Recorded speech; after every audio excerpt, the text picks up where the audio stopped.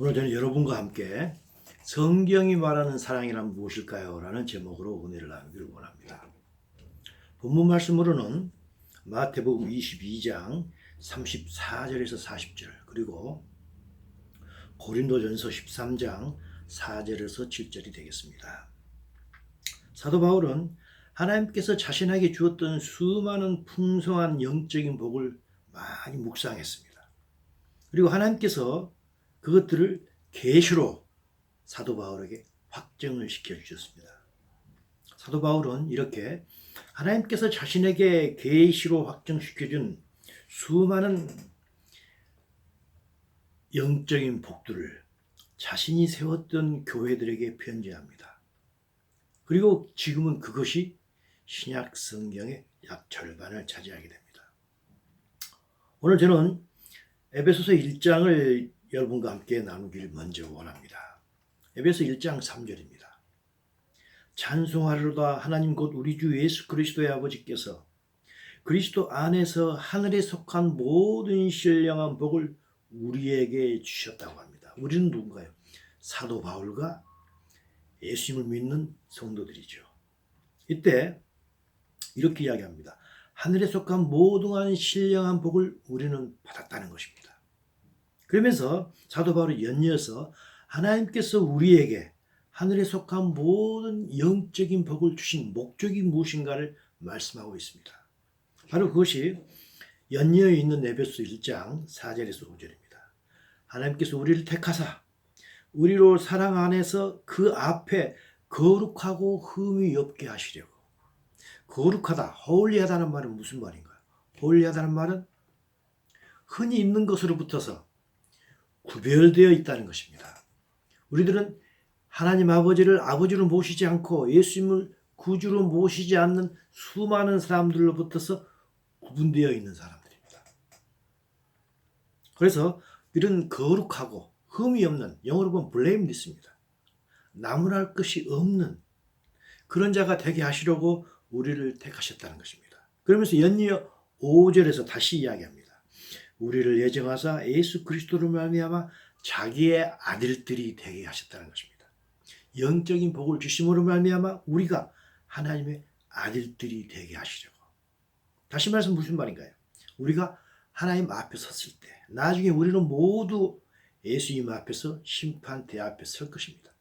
섰을 때 거룩하고 흠이 없는 자, 다시 말해서 하나님의 아들들이 되어서 우리가 하나님 자신과 영원히 함께 살 수 있도록 하기 위해서 우리들에게 영적인 복을 주셨다는 것입니다. 그 영적인 복은 무엇인가요? 바로 우리가 이야기했던 성자 예수님, 그 다음에 성령 하나님, 하나님 말씀인 성경, 그리고 교회, 이런 것들을 저희들에게 주신 것입니다. 이런 것들을 우리가 잘 누릴 때 우리는 하나님의 아들들이 되는 것입니다. 이런 복을 주신 목적은 이제껏 여러 가지로 설명했지만 이걸 다르게 표현한다면 무엇이 될까요? 달리 표현한다면 하나님을 우리가 닮는 것입니다. 잃어버린 하나님의 생명을 우리가 다시 회복하는 것입니다. 이것을 위해서 하나님께서 우리에게 이런 영적인 복을 주신 것입니다. 이렇게 우리가 하나님을 닮아가고 우리의 생명이 하나님 생명으로 충만해질 때 우리는 거룩한 자, 흠이 없는 자, 하나님의 아들들이 되어서 하나님 아버지와 함께 영원히 살 것입니다. 그렇다면 이렇게 우리가 하나님을 닮은 자, 하나님의 생명으로 충만한 자가 됐다면 이런 자들은 어떤 특성을 우리들에게 보일까요? 어떤 특성이 드러날까요? 여러 가지 특성이 있을 것입니다. 그 중에 가장 중요한 것을 하나만 들라고 했을 때 그것은 무엇일까요? 그것은 사랑이라고 성경은 이야기합니다. 왜 그럴까요? 하나님은 사랑이시기 때문입니다. 하나님은 사랑 자체이기 때문에 하나님을 닮은 자는 자연히 그 특성 중 하나가 사랑 아니겠습니까? 이렇게 우리가 하나님을 닮은 자가 되기 원하시는 하나님께서 우리에게 주신 큰 명령, 큰 계명이 있습니다. 그래서 마태복음 22장 37절로 39절에서 예수님께서 제자들에게 이야기한 것입니다.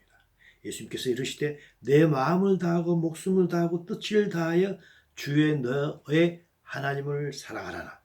이것이 크고 첫째 되는 계명이요 둘째도 그와 같으니 내 이웃을 내 자신같이 사랑하라는 것입니다. 하나님께서는 이렇게 하늘에 계신 하나님을 사랑하고 우리 주위에 있는 이웃을 내 몸과 같이 사랑하라고 하셨습니다. 왜 그렇습니까? 하나님의 사랑 자체이기 때문입니다. 하지만 이렇게 사랑 자체이신 하나님께서도 사랑하지 말라는 것을 또한 말씀하신 게 있습니다. 그것은 무엇인가요? 바로 요한 1서에서 사도 요한이 우리에게 말씀해 주십니다.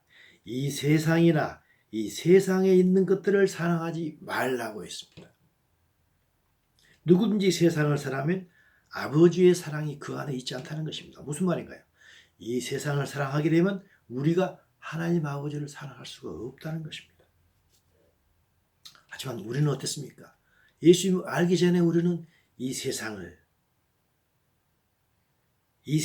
그토록 사랑했던 게 우리였습니다. 하지만 이제는 압니다.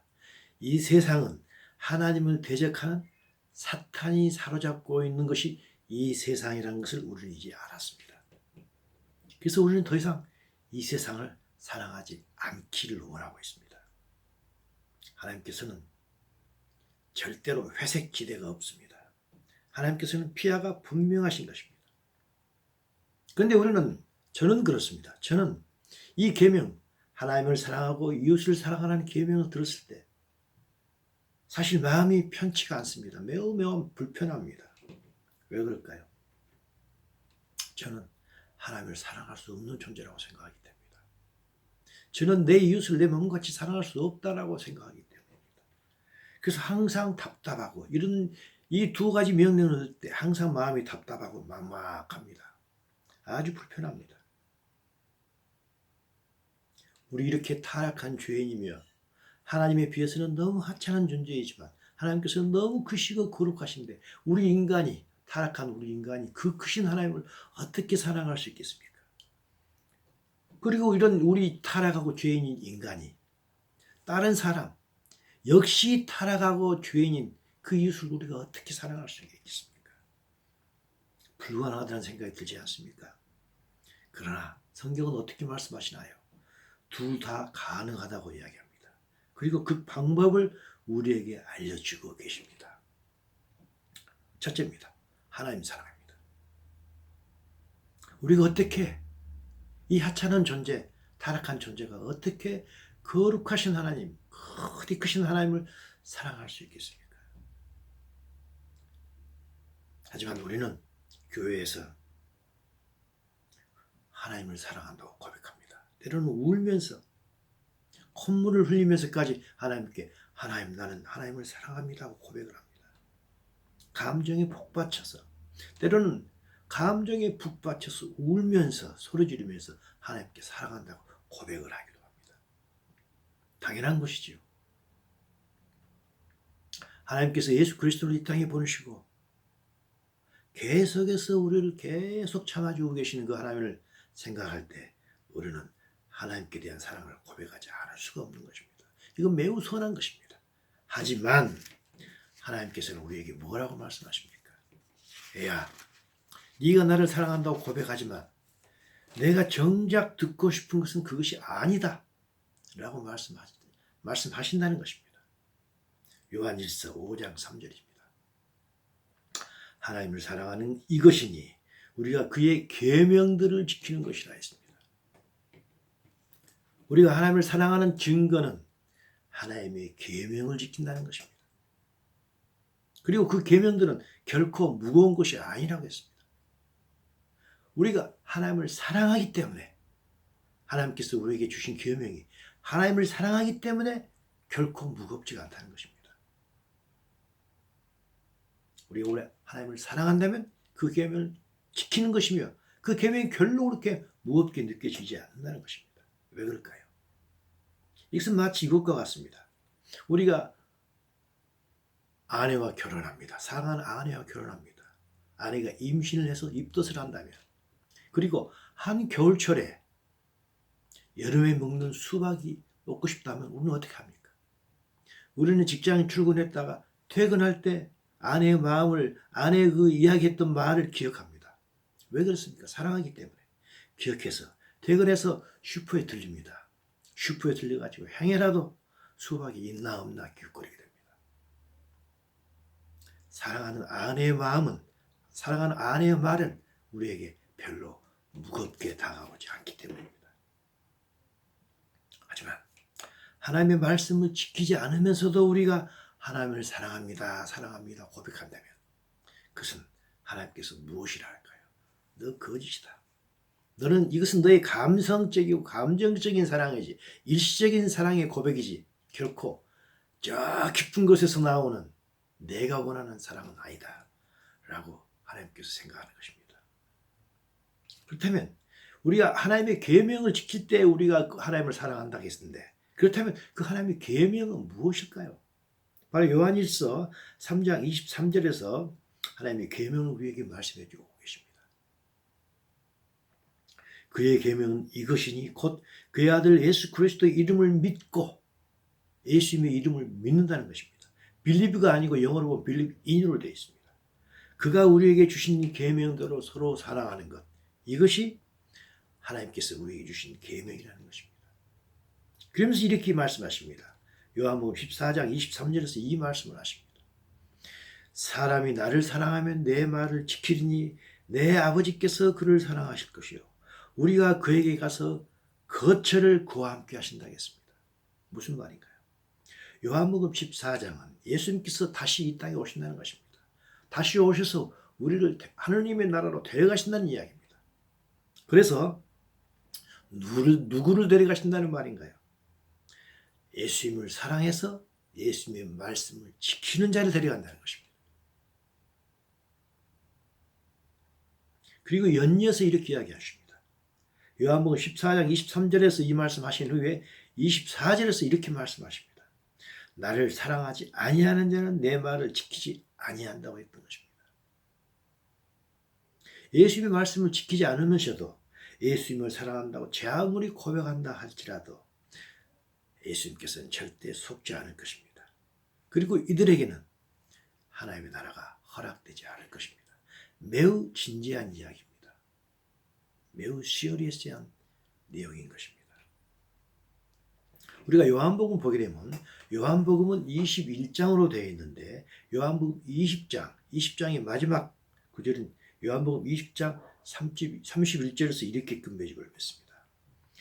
오직 이것을 기록하면, 요한복음을 쓴 이유는 너희로 예수께서 하나님의 아들 그리스도이심을 믿게 하려 하며, 예수님이 그리스도이심을 믿게 하려 함이고 또 하나가 있다는 것입니다. 그 이름을 힘입어 생명을 얻게 하려 함이라. 두 가지를 이야기했던 것입니다.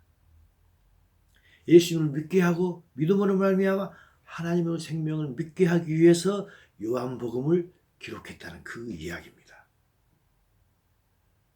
그런데 그리고 나서 요한복음 21장으로 넘어갑니다. 요한복음 21장은 지금껏 있었던 요한복음 1장부터 20절까지의 그런 어떤 분위기와 사뭇 다른 분위기를 우리에게 풍기고 있습니다. 사도 요한은 요한복음을 20장까지 기록했으면서 무언가 부족한 것을 느꼈다는 것입니다. 그것은 무엇일까요? 우리들은 요한복음을 읽는 자들은 예수님께서 하나님의 아들이고 그리스도심을 믿게 됩니다. 그리고 그로 말미암아서 하나님의 생명이 우리에게 들어오게 됩니다. 하지만 요한복음을 읽지 않는 사람이 있다 이것입니다. 읽지 않는 사람이 있습니다. 예수님을 믿지 않는 사람이 있다 이것입니다. 그들에게 우리가 전해야 된다는 것입니다.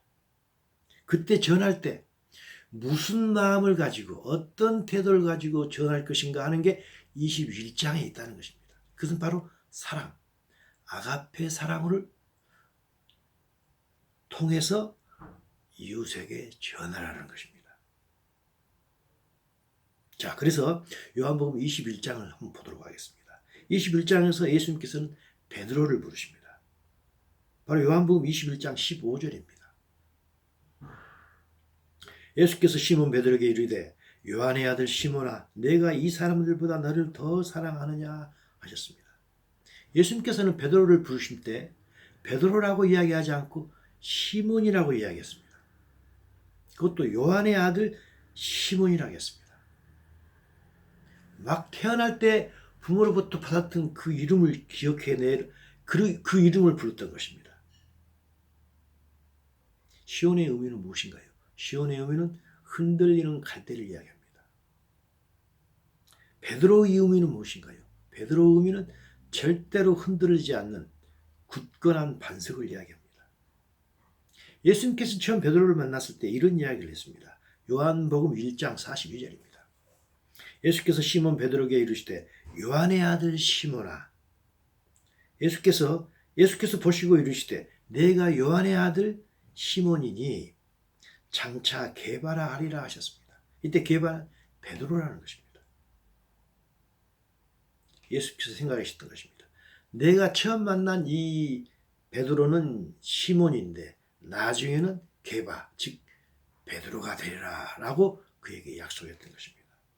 하지만 그는 예수님을 만난 지 3년 반이나 지났음에도 불구하고, 그리고 예수님께서 부활하신 후로 2번이나 직접 만났음에도 불구하고 베드로는 다른 제자들과 함께 고기 잡으러 나갔던 것입니다. 세상 일을 하는 게 잘못이라는 것은 아닙니다. 하지만 베드로는 예수님의 수제자였습니다. 그는 예수님의 수제자로서 그 본분을 망각했던 것입니다. 그는 예수님의 수제자로서 본분이 무엇인가요? 사람 낚는 어부가 되는 것이 그의 본분이었던 것입니다. 하지만 예수님께서 그의 옆에 예수님께서 따라다니지 않겠니까 예수님은 금방 망각했던 것입니다.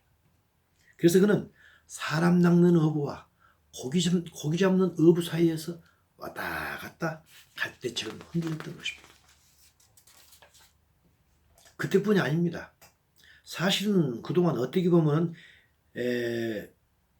베드로는 예수님의 제자라기보다는 예수님을 이용하기 위하여 자기의 욕심을 채우기 위해서 예수님을 따라다녔던 것입니다.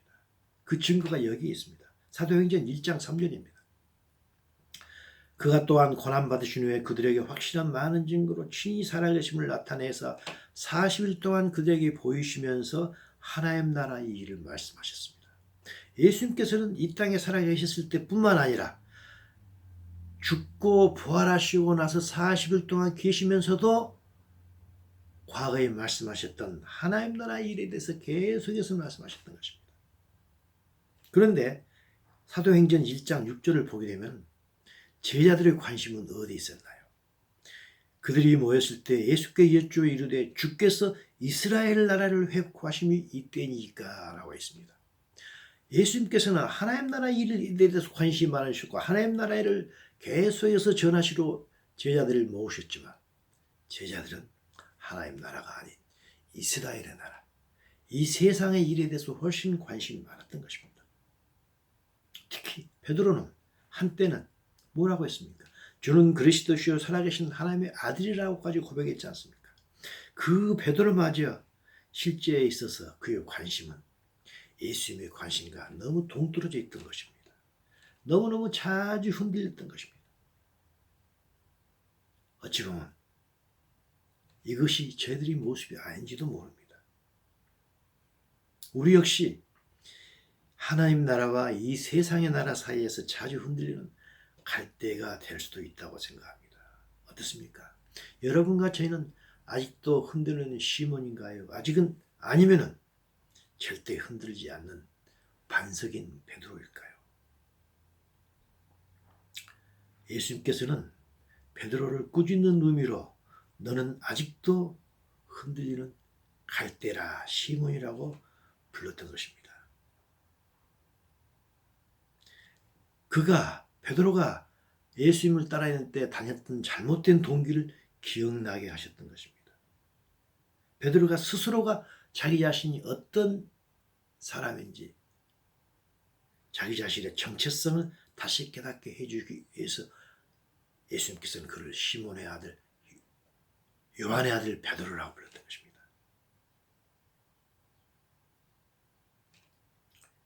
요한복음 21장 15절에서 그랬죠.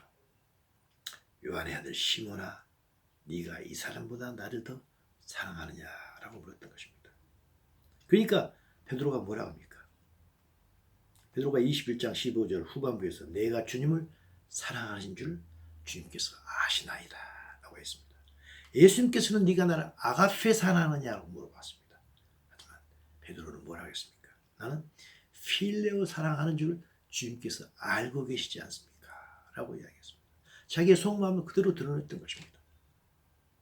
아가페 사랑이 아니고 필레오로 지금까지 사랑했다는 것입니다. 그리고 예수님께서 또 한 번 동일한 반문을 두 번째 질문합니다. 그래서 예수께서 베드로는 또다시 동일한 대답을 합니다. 세 번째 다시 예수님께서 물어보십니다. 그래서 베드로는 뭐라고 합니까? You know all things. 모든 것 다 아십니다. 다 아시지 않습니까? 예수님께서 나의 모든 것, 나의 이기적인 마음, 이기적이었던 속마음 다 알고 계시지 않습니까? 나의 연약함까지도 다 알고 있지 않습니까? 더 이상 물어보지 말라는 것입니다. 나는 예수님께서 나를 시몬이라고 불렀던 이유를 이제 다 안다는 것입니다. 내 마음속에서 그 자책감이 나를 어떻게 할 수가 없다는 것입니다. 제발 예수님 더 이상 물어보지 말라고 하셨던 것입니다. 그러자 예수님께서 드디어 21장 18절에서 이 말씀하십니다. 내가 진실로 진실로 내게 이르노니 네가 젊어서는 스스로 띠뛰고 네 원하는 곳으로 다녔지만은 늙어서는 네가 네 팔을 벌리려니 남이 내게 띠띠우고 네가 원하지 않는 것은 너를 데려가리라 라고 이야기했습니다. 무슨 말인가요? 네가 영적으로 성숙하기 이전에 너는 나를 필레오 사랑했다는 것입니다. 네가 원하는 대로 사랑했다는 것입니다. 이제부터는 네가 조금 있으면 내가 하늘나라로 올라갈 터인데 그때 다시 너희들에게 너를 돕는 성령을 보내줄 터인데 네가 성령을 받아서 영적으로 성숙하게 되면 이제는 너는 나를 아가페 사랑하게 될 것이다 이것입니다. 네가 원하지 않았던 아가페 사랑. 너는 원하지 않았지만 내가 원했고 다른 사람들에게 도움을 주는 그런 아가페 사랑을 하게 될 거라는 것입니다. 이 아가페 사랑으로 나의 양들을 치고 먹이라는 것입니다. 하나님의 제2계명인 이웃사랑을 하되 필레오 사랑이 아닌 아가페로 그들을 사랑하라는 것입니다. 결국 이 아가페 사랑, 이 아가페 사랑은 하나님에 대한 아가페 사랑이든 이웃에 대한 아가페 사랑이든 결국은 하나님의 말씀을 향한 목적을 가진 매우 의지적인 사랑인 것입니다. 그 천성적으로 우리가 갖지 않고 있던 그런 사랑입니다. 필레오 사랑은 자신을 위하여 남을 이용하는 그런 이기적인 사랑이죠. 하지만 아가페 사랑은 내가 가장 귀하게 여겼던 것까지도 상대방이 싫어하면 기꺼이 버리는 그런 이지적인, 의지적인 사랑인 것입니다. 이성적인 사랑인 것입니다. 필레오 사랑은 누구에게나 본능적으로 주어진 사랑이지만 아가페 사랑은 성령이 내주할 때 비로소 가능한 그런 사랑인 것입니다. 예수님께서는 마태복음 16장 25절에서 이 말씀하셨습니다. 누구든지 자기의 목숨, 영어로 soul이죠. 자기의 혼이죠. 내가 중요하게 여기는 그것이죠. 그것을 구원하고자 하면 이룰 것이요. 누구든지 나를 위하여 자기의 목숨, 자기의 혼, 내가 중요하게 여겼던 것을 잃으면 차리라고 했던 것입니다. 자기의 목숨을 구원하고자 하면서 예수님을 따르는 그 사람, 그자가 하는 예수님에 대한 사랑은 필레오 사랑입니다. 하지만 목숨을 잃으면 찾으려 했던 그 사랑은 바로 아가페 사랑인 것입니다. 따라서 이 아가페 사랑은 십자가를 지는 사랑이며 수고와 헌신이 따를 수밖에 없는 사랑인 것입니다. 그럴 때만이 자기가 지금껏 중요하게 여겼던 것을 이룰 수 있는 거 아니겠습니까? 하지만 이 아가페 사랑을 하면 무언가를 찾을 것이고 예수님을 따르면서도 필레오 사랑하게 되면 무엇인가를 잃게 되는 것입니다. 아가페 사랑하게 되면 수고와 헌신과 희생에 따르는 십자가를 지는 사랑입니다. 하지만 어려운 사랑입니다. 어찌 보면 험한 길이고 좁은 문이고 협착한 길입니다. 하지만 우리가 사랑하는 대상이 어떠한 사람이기, 어떠함을 알기 때문에 그때 우리가 하는 그 사랑은 더 이상 어려운 헌신과 희생이 아닌 것입니다. 그 계명은 무거운 게 아닌 것입니다. 그 수고와 헌신과 희생은 우리가 즐겁게 즐거운 마음으로 하는 수고와 헌신과 희생인 것입니다. 왜 그렇습니까? 우리는 우리가 사랑하는 대상이 누군지를 잘 알기 때문입니다. 예수님께서는 마태복음 11장 30절에서 이 말씀하셨습니다. 내 멍에는 쉽고 내 짐은 가볍다고 했습니다. 예수님께서 우리의 목에 걸 수 있도록 해주시는 그 멍에는 쉽다는 것입니다. 우리가 등에 지는 그 짐은 가볍다는 것입니다. 왜 그렇습니까? 우리는 진리를 알기 때문입니다. 예수님을 따르게 되면 진리를 알기 때문에 진리가 우리를 자유롭게 해주실 것입니다. 우리는 더 이상 비진리였던 헛된 것으로부터 자유를 얻게 됩니다. 그렇기 때문에 우리는 예수님을 따를 때 우리에게 있는 그 짐이 결코 무겁게 여겨지지 않는 것입니다. 그래서 요한일서 5장 3절에서 사도 요한은 이렇게 이야기하죠. 그의 계명들은 무거운 것이 아니라는 것입니다. 우리가 하나님을 알고 하나님께서 얼마나 진리이신지 하나님이 어떠함을 알 때나 비록 그를 따르는 게 희생과 헌신과 수고가 따른다 할지라도 그것은 즐거움으로 하는 희생과 수고라는 것입니다. 그래서 요한일서 2장 5절에서 이 말씀을 하십니다. 누구든지 그의 말씀을 지키는 자는 하나님의 사랑이 참으로 그 속에서 온전하게 되었나니 이로써 우리가 그의 안에 있는 줄 안다는 것입니다. 우리가 하나님의 계명을 지킬 때 우리가 하나님 안에 있다는 것입니다. 계명을 지키지 않을 때 우리는 말씀을 지키지 않을 때 우리는 예수 안에 있지 않고 예수 밖에 있다는 것입니다. 얼마나 진지한 말씀인지 모릅니다. 하나님의 사랑은 우리가 하나님의 말씀을 지키는 것입니다. 둘째입니다. 이웃사랑입니다. 우리는 교회 다니면서 형제 자매에게 사랑합니다 라고 자주 이야기합니다. 가볍게 인사합니다. 선한 것입니다. 하지만 우리가 말하는 사랑합니다. 그 의미가 과연 성경적인 의미일까요? 그리고 하나님을 사랑하는 그 사랑과 이웃을 사랑하는 그 사랑이 똑같은 사랑이란 아가페라는 단어를 사용하고 있지만 그 속 내용이 똑같은 것일까요? 아닙니다. 전혀 다릅니다. 바울은 고린도전서 12장에서 교회 안에서 사용되는 여러 가지 은사에 대해서 이야기하고 있습니다. 그 은사는 많은 은사가 있습니다. 방언, 지식, 애언, 믿음, 구제의 은사들, 수많은 은사들이 교회 안에 존재합니다. 하지만 사도 바울은 고린도전서 12장에서 그런 수많은 은사에 대해서 이야기하면서 마지막에 이 이야기를 합니다. 12장 31절입니다. 근데 너희는 더욱 큰 은사를 사모하라. 그리고 내가 가장 좋은 길을 너희에게 보여준다고 했습니다. 많은 은사가 있지만 더욱더 커다란 은사가 있다는 것입니다.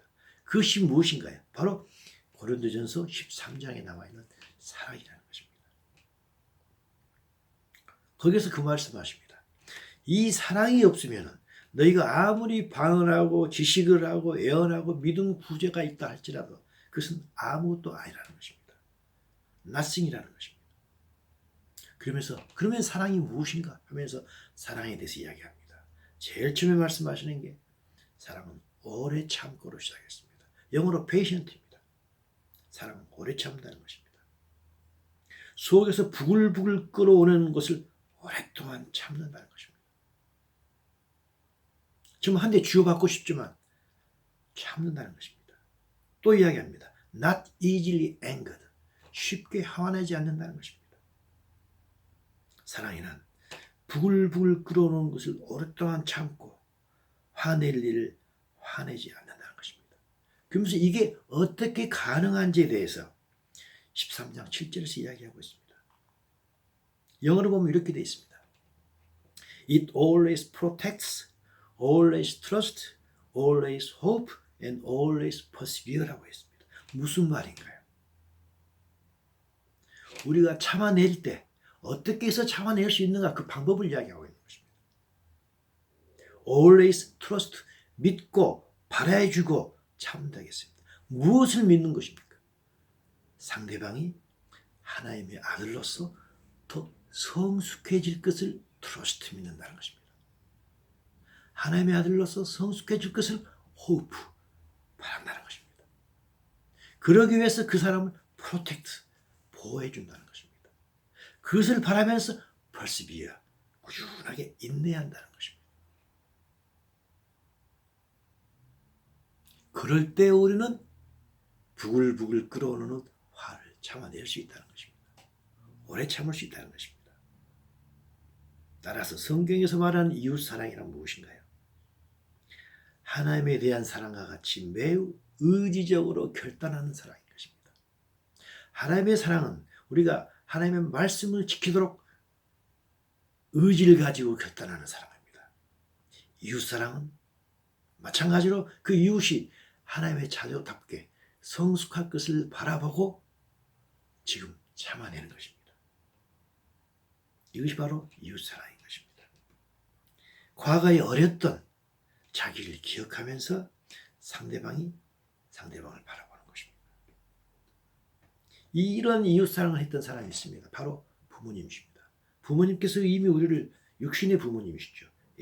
육신의 부모님께서는 자식이 마음에 안 들어도 자식이 앞으로 변할 것을 바라보면서 그 자식을 참아내는 사랑하고 있지 않습니까?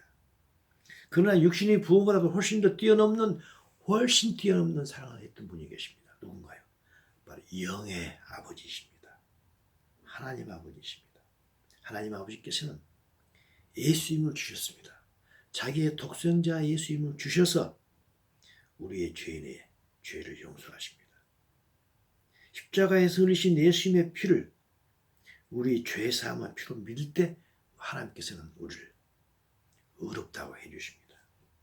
우리가 비록 실생 안에서 전혀 의롭지 않지만 하나님께서는 우리를 의롭다고 해주십니다. 그때 그냥 의롭다고 해주신 게 아닙니다. 하나님께서 무엇인가를 바라는 게 있는 것입니다. 무엇을 바라는가요? 아까 이야기했던 바로 고린도전서 13장 7절입니다. 하나님께서는 우리가 하나님께서 원하시는 그런 거룩한 자, 흠이 없는 자로 될 것을 바라면서 믿으면서 트러스트하고 호프하면서 그러면서 우리를 보호해주면서 벌스비어 인내하면서 참으시는 것입니다. 따라서 이웃사랑에는 반드시 참음과 인내와 절제가 필요한 것입니다. 바로 이것이 하나님의 성품입니다. 베드로는 이것을 알았던 것입니다. 이것을 알아서 우리에게 이 말씀하십니다. 베드로후서 1장 4절입니다. 보배롭고 지극히 큰 약속을 우리에게 주사 약속으로 말미암아 너희가 신성한 성품에 참여하는 자가 된다는 것입니다. 신성한 성품이 바로 하나님의 성품인 것입니다.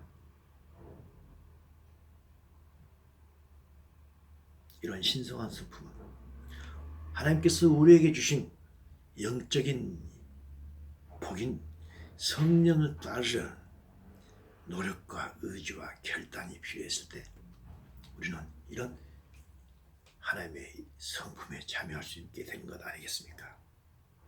그러면서 베드로후서에서 연이어서 사도 베드로는 이렇게 이야기합니다. 베드로후서 1장 11절입니다. 이렇게 하면 우리가 하나님의 신성한 성품에 참여하면 우리 주 예수 그리스도의 영원한 나라에 들어감을 넉넉히 우리에게 주신다는 것입니다. 우리가 하나님 나라 들어갈 때 뽀따하게 들어가는 게 아니라 넉넉하게 들어갈 수 있다는 것입니다. 어쩔 때인가요? 우리가 하나님의 성품에 닮아갈 때입니다. 이렇게 하나님께서는 우리가 하나님의 성품을 닮아서 이렇게 하나님의 성품에 참여할 때 그것을 위해서 우리에게 영적인 복을 주신 것입니다. 결국 우리가 영적인 복을 잘 누려서 하나님의 성품에 참여할 때 우리에게 주신 크나큰 약속이 있었지 않습니까? 우리의 부활과 휴거와 예수님의 나라. 이것에 우리는 넉넉히 들어가게 될 것입니다. 결론을 내리도록 하겠습니다. 에베소 1장 4절에서 5절로 우리가 결론을 내리도록 하겠습니다. 창세전에 그리스도 안에서 우리를 택하사 우리로 사랑 안에서 그 앞에 거룩하고 흠이 없게 하시려고 그 기쁘신 뜻대로 우리를 애정하사 예수 그리스도로 말미암아 자기의 아들들이 되게 하셨다고 합니다. 거룩하고 흠이 없는 하나님의 아들들은 하나님을 닮은 자입니다. 하나님을 닮은 자들은 첫째로 하나님을 아가페 사랑하는 자들입니다. 그래서 그들은 자발적으로 또한 의지적으로 하나님의 말씀에 순종하려고 노력하는 자입니다. 또한 두 번째로 그들은 이웃을 사랑하는 자들입니다.